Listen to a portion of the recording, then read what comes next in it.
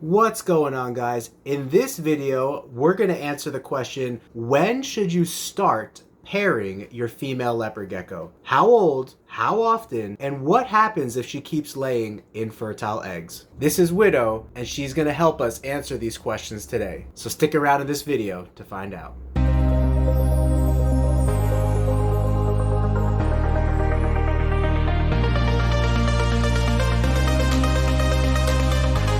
Selling in the billions each year, Rainbow Mealworms is your one-stop shop for all your insect needs. Their quality feeders and A+ customer service keep me coming back to support the health and growth of all of our animals. Visit them today at rainbowmealworms.net to place your order. Okay, so to answer question number 1, how old should your female leopard gecko be before she can breed? This is a little bit of a tough question and also a little bit of a personal preference. Female leopard geckos will typically start ovulating somewhere between 6 months old to 8 months old. Now, depending on how much you've fed your female, she might be breeder size at 6 months old. What is breeder size? I consider 50 to 55 grams breeder size for females.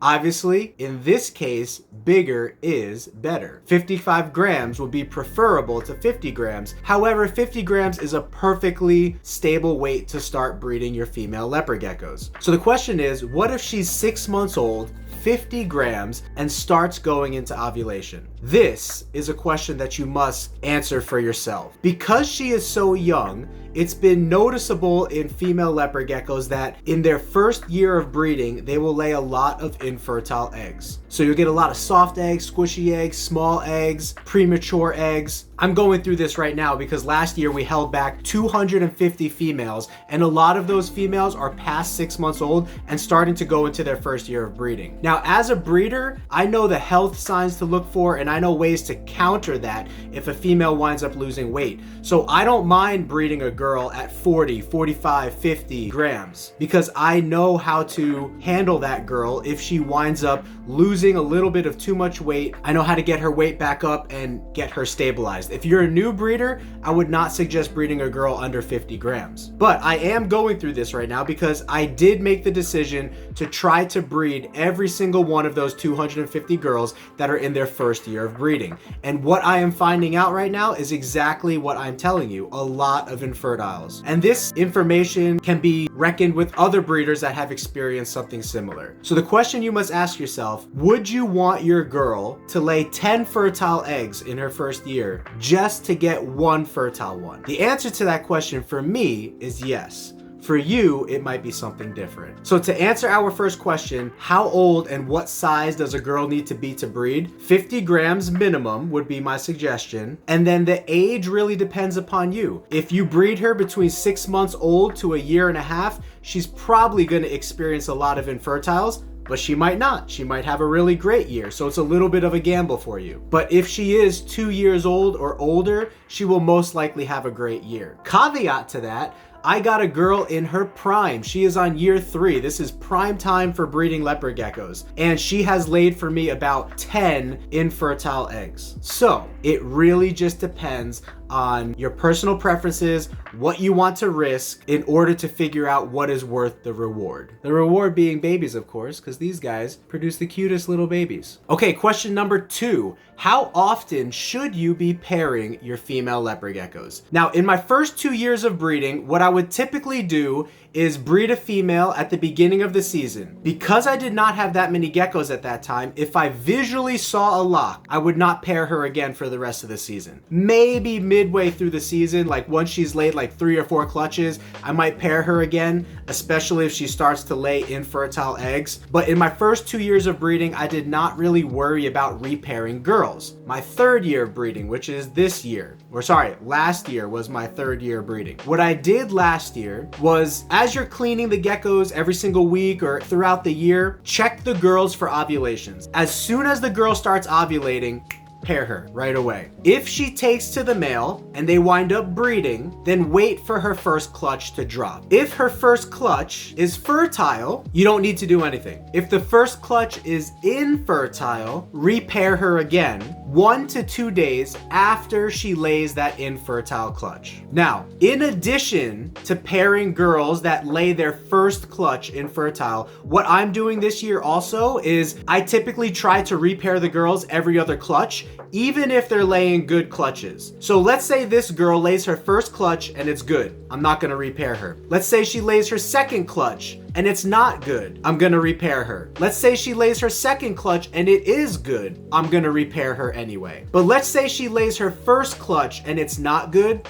I'm gonna repair her. A girl will have typically somewhere around 4 to 6 clutches a year. If you get it stuck in your head to breed her at least every 2 clutches, you're doing good in my book. So after the second clutch, after the 4th clutch, and after the 6th clutch, just in case she happens to lay a 7th or 8th clutch of the year, which is very possible. Look at that beautiful red dot on Widow's head right there. Let's just appreciate her pattern real quick. You could really see that diamond spiderweb shaped pattern, which is why she is named Widow. And we paired her this year with Magma, our deepest, most orange leopard gecko male. And so fingers crossed, we'll see what happens. But she is a first-year breeder, so not gonna expect too much, but if it happens, it happens. This happened with us last year with the Black Knight leopard gecko. We had our best quality Black Knight leopard gecko at about, I think it was about 40 to 42 grams. So she was definitely on the smaller side, but she was starting to ovulate and we wanted to get great babies out of her. So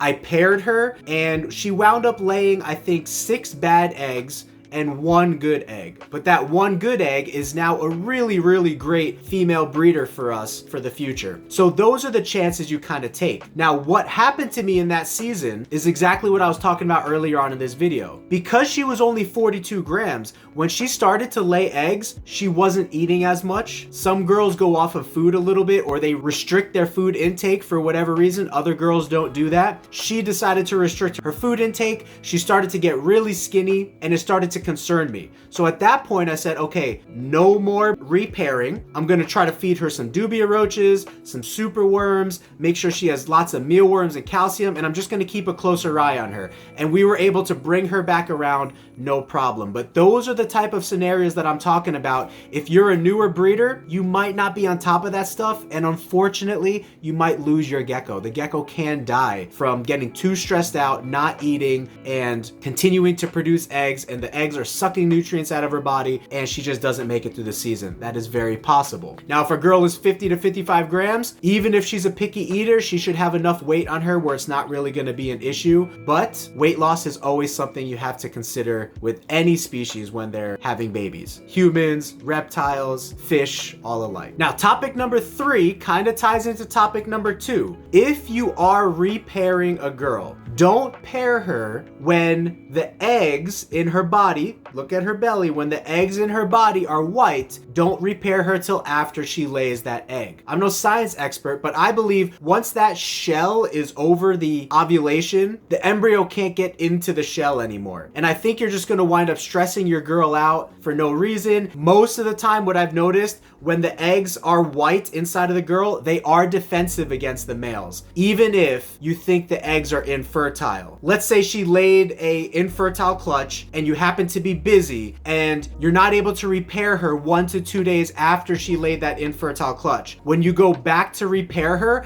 it's a week and a half later, and she's already got eggs growing inside of her that are white and you can see the white. Don't repair her till after she lays that clutch. If it's still pink, I will try to repair. But if it's white, what I've noticed is girls will almost 100% of the time get aggressive and reject the males anyway. And I think that's because they're getting close to laying and it's too late for the sperm to make it into the ovulation, which in this case is now already an egg. So what did you think about this video, guys? Did you learn something about females and when they're ready to breed, infertile eggs, and different things that you can do? Let me know in the comments below if I did not answer any of your questions, or if you have other video topics that you can recommend for us to cover. My goal is to start doing more videos at least once a week, as well as a live stream once a week. So if you did not see our live live stream this past week. You could check it out with Jake from Red Rack. And we do breed gargoyle geckos over here, and so I really wanted to feature an excellent quality gargoyle breeder, and so we did. We had a great 2-hour conversation, and you can chime in for that if you just search our video history list. So thank you guys for being here. I love you guys. I really appreciate your support. Please hit that thumbs up button, subscribe if you have not yet, and leave a comment below. All of that tremendously helps us grow. We are almost at 3,500 subscribers now, and we are doing excellent at our 1.5 year mark into the channel, and that's all because of you guys liking and engaging with this content. So thank you so very much. Widow and I will say goodbye for now. We will see you next time, and remember, have a geeky gecko great day. Peace.